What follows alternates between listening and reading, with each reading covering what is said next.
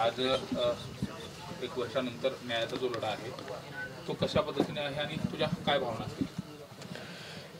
आज या गोष्टीची खंत वाटते की आज एक वर्ष उलटून गेलं. आमची जी अपेक्षा होती ती लवकरात लवकर न्यायाची होती आणि आज देखील आम्ही त्या न्यायाच्या अपेक्षेत आहोत. फक्त सरकारला माझी एवढीच विनंती आहे की तुम्ही लवकरात लवकर माझ्या वडिलांना न्याय मिळवून द्या. जे आरोपी आहेत सगळे पुरावे असताना देखील ह्याच्यामध्ये दिरंगाई का होते याचा काहीच ठामपत्ता लागत नाही आहे. पण माझी आज सरकारला विनंती आहे की तुम्ही लवकरात लवकर माझ्या वडिलांना न्याय मिळवून द्या. कुटुंब आज पूर्ण या संपूर्ण आठवणी विसरू शकत नाही. कुठल्याही बाबाची आठवण कुठलीही लेख विसरू शकत नाही.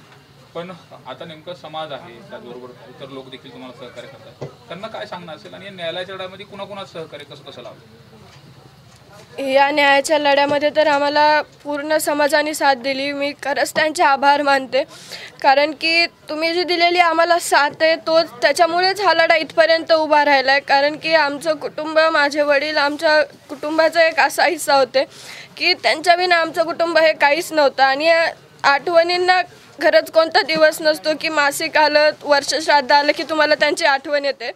कारण की मला दररोज माझे वडील आठवतात की ते असते तर त्यांनी आता काय केलं असतं, ते असते तर त्यांनी मला कोणत्या पद्धतीने ट्रीट केलं असतं किंवा मी काय केलं असतं.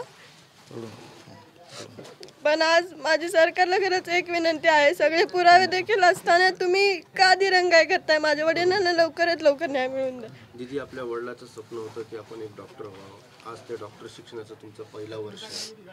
काय वाटतं, काय आठवण? म्हणजे त्यांचे स्वप्न तर मी नक्कीच पूर्ण करेल, पण त्या आनंदात ते माझ्यासोबत नसतील हे माझं खरंच खूप मोठं दुर्भाग्य. दादा, काय सांगाल? अण्णांचं आज प्रथम पुण्यस्मरण आहे, तुम्हाला देखील अश्रू अनावर झालेले आहे, काय सांगाल?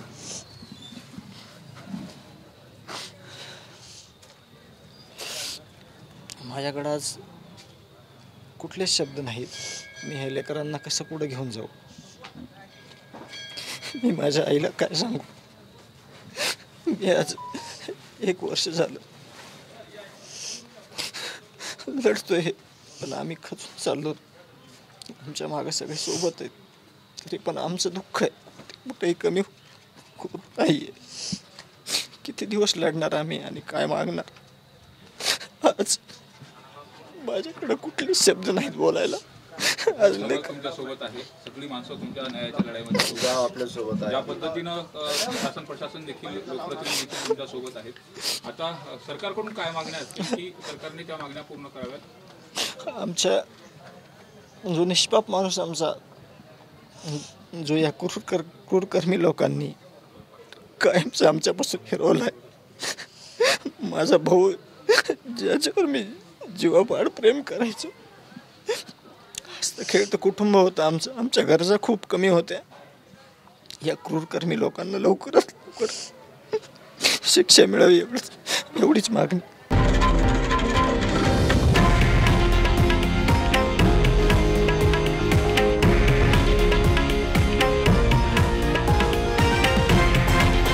हे आहे देशातील नंबर 1 न्यूज नेटवर्क आणि आपण पाहत आहात TV9 मराठी, एकमेव.